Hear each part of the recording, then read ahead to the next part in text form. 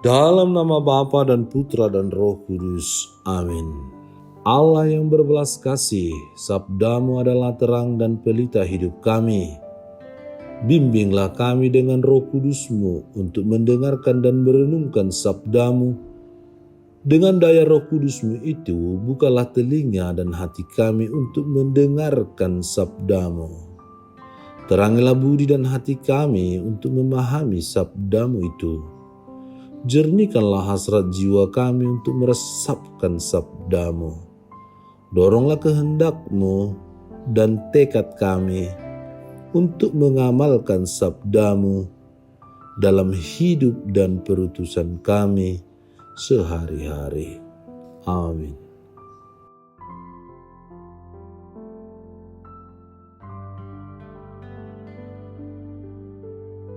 Tuhan bersamamu dan bersama rohmu.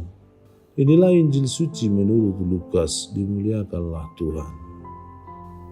Untuk mereka yang mendengarkan Dia di situ, Yesus melanjutkan perkataannya dengan suatu perumpamaan. Sebab Ia sudah dekat Yerusalem dan mereka menyangka bahwa kerajaan Allah akan segera kelihatan. Maka Ia berkata, ada seorang bangsawan berangkat ke sebuah negeri yang jauh untuk dinobatkan menjadi raja di situ dan setelah itu baru kembali. Ia memanggil 10 orang hambanya dan memberikan 10 mina kepada mereka. Katanya, pakailah ini untuk berdagang sampai aku datang kembali. Akan tetapi orang-orang sebangsanya membenci dia, lalu mengirimkan utusan menyusul dia untuk mengatakan, kami tidak mau orang ini menjadi raja atas kami.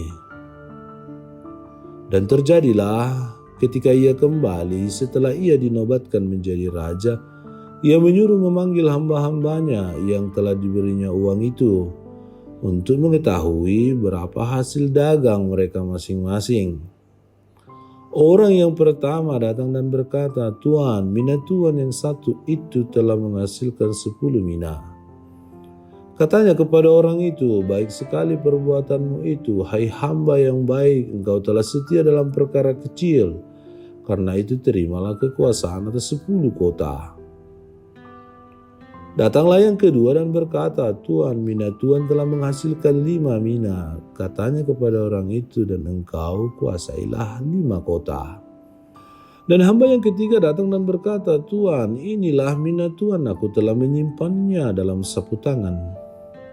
Sebab aku takut akan Tuan, karena Tuan adalah manusia yang keras. Tuan mengambil apa yang tidak pernah Tuan taruh, dan Tuan menuai apa yang tidak Tuan tabur.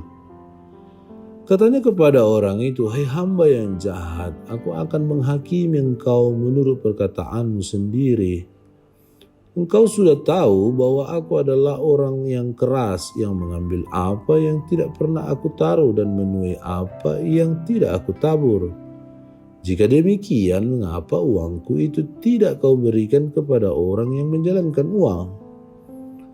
Maka sekembaliku, aku dapat mengambilnya serta dengan bunganya.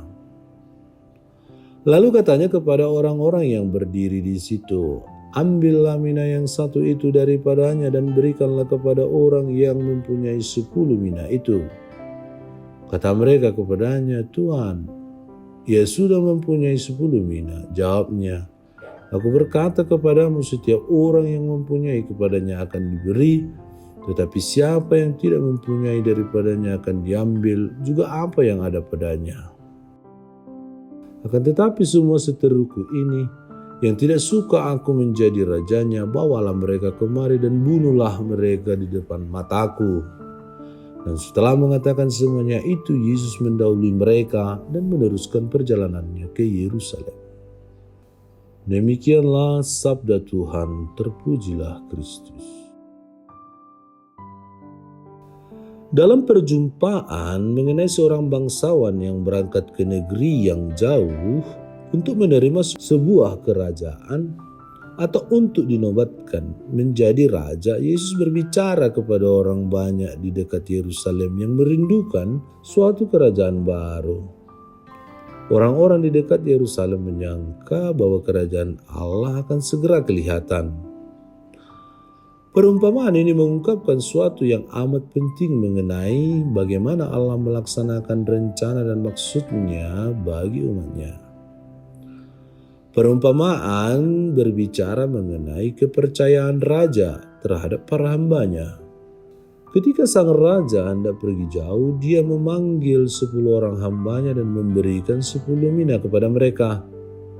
Apa perintah atau instruksi sang tuan? Pakailah uang ini untuk berdagang sampai aku datang kembali. Kepercayaan yang telah diberikan kepada para hambanya kini dimintai pertanggungjawabannya. Ketika ia kembali setelah ia dinobatkan menjadi raja, ia menyuruh memanggil hamba-hambanya yang telah diberinya uang itu untuk mengetahui berapa hasil dagang mereka masing-masing. Apa penilaian dan ganjaran yang diberikan sang tuan atas kinerja para hambanya? Sang tuan memuji hamba-hamba yang berhasil menggandakan uang. Baik sekali perbuatanmu itu, hai hamba yang baik. Sang tuan menilai hamba-hamba yang berhasil sebagai orang yang setia dalam tugas. Engkau telah setia dalam perkara kecil. Apa ganjaran yang diterima oleh para hamba yang baik dan setia? Mereka mendapat upah yang jauh lebih besar dari nilai 10 mina atau 5 mina. Para hamba yang baik dan setia dalam perkara yang kecil dianggap mampu dan layak oleh sang tuan untuk melakukan perkara yang besar, yakni dengan menerima kekuasaan atas sejumlah kota sesuai dengan hasil pekerjaan mereka dalam pengelolaan mina tadi. Mereka tidak menerima upah dalam wujud uang, melainkan suatu tugas baru yang menuntut tanggung jawab yang jauh lebih besar. Ada pula hamba yang tidak menggunakan kepercayaan yang diberikan oleh tuannya. Hamba itu hanya duduk diam dan tidak melakukan apa-apa dengan uang tuannya. Dia tidak menghasilkan apa-apa. Dia datang kepada tuannya hanya membawa kembali mina yang diperoleh dari tuannya seperti semula. Dia menganggap tuannya sebagai orang yang kejam. Dia menilai tuannya sebagai perampok yang mengambil apa yang tidak pernah ditaruhnya dan menuai apa yang tidak pernah ditaburnya. Gambaran negatif akan tuannya inilah yang membuat si hamba takut untuk menggunakan uang yang dipercayakan tuan kepadanya. Akibatnya hamba ini dinilai sebagai hamba yang jahat. Uang atau mina yang ada padanya diambil kembali dan si hamba dihukum mati, dibunuh oleh tuannya. Apa makna perumpamaan ini bagi kita? Allah telah mempercayakan kepada setiap kita talenta, bakat, kemampuan, keutamaan, kesempatan dan perlengkapan lain yang dapat kita gunakan untuk kesejahteraan, kebahagiaan, dan keselamatan kita serta sesama kita. Allah mengharapkan kita untuk menjadi hamba-hamba yang baik dan setia dalam mempergunakan berbagai karunia dan rahmat yang dianugerahkannya kepada kita. Demikian pula kita diajak untuk tidak menolak Yesus, tetapi menjadikan Yesus sebagai satu-satunya Raja kita. Yesus Sang Raja memberikan kita suatu kerajaan keadilan, kasih, dan damai. Ia memanggil kita untuk hidup sebagai warga kerajaan ini, di mana Ia memerintah sebagai Tuhan dan Guru. Melalui kematian penebusannya di salib dan melalui kemenangannya, kebangkitannya, kenaikannya ke surga, Yesus membebaskan kita dari suatu kerajaan kegelapan di mana dosa dan setan berkuasa.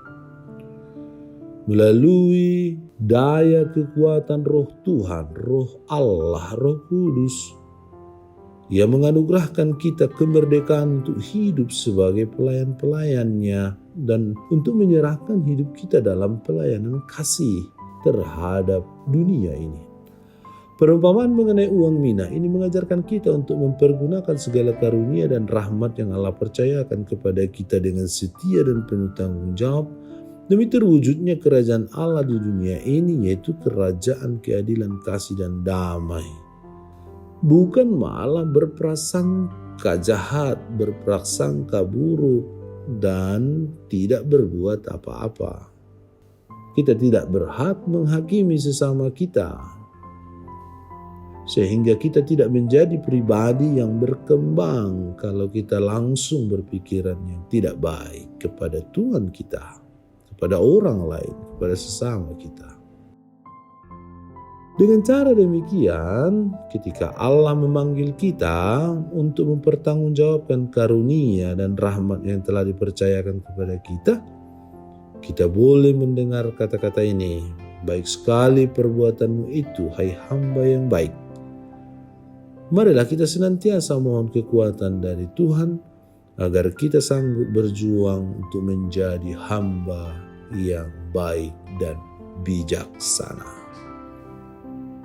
Tuhan memberkati segala usaha, upaya, kerja keras, dan perjuangan kita untuk menggunakan segala sesuatu yang Tuhan berikan untuk kita pakai berbagi kasih, damai, keadilan untuk keselamatan banyak orang. Tuhan memberkati. Allah Bapa yang kekal dan kuasa, perkenankan kami memelihara dan mengembangkan segala sesuatu yang diserahkan kepada kami.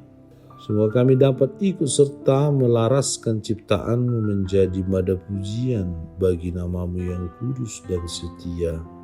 Dengan pengantaran Kristus Tuhan dan Penyelamat kami. Amin. Tuhan bersamamu dan bersama rohmu. Semoga saudara sekalian dilindungi, dibimbing, dan diberkati oleh Allah yang Maha Kuasa, Bapa dan Putra dan Roh Kudus. Amin. Allah Bapa kami, penuntun kehidupan, Engkau telah menuntun Abraham menuju tanah terjanji. Engkau juga menuntun bangsa Israel menuju tanah Yerusalem melalui tangan Musa.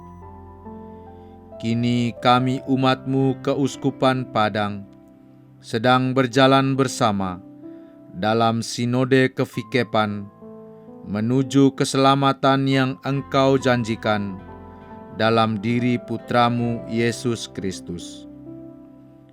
Tuntunlah peziarahan hidup kami dengan kuasa Roh Kudus-Mu, agar kami tetap tabah, sabar dan setia menghadapi kesulitan dan tantangan hidup.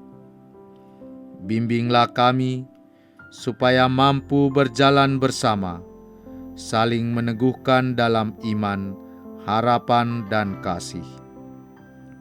Bunda Maria, doakanlah kami putra-putrimu sepanjang sinode kefikepan ini berlangsung.